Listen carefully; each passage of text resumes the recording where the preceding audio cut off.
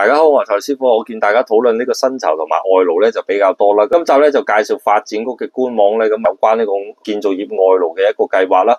大家落少少咧就睇到啦，其實個人手比率咧就係一個外勞咧其實係對2個本地工人嘅。但係我聽聞翻嚟咧個比率咧就係唔係嘅。而上少少呢度嘅聘用條款咧，大家可以睇清楚呢個建造業外勞嘅一個薪酬情況嘅。入到嚟，大家咧就可以睇到呢個外勞嘅薪酬咧，咁就係用月薪噶啦。我哋本地工人咧就一般都係用日薪去為結算啦。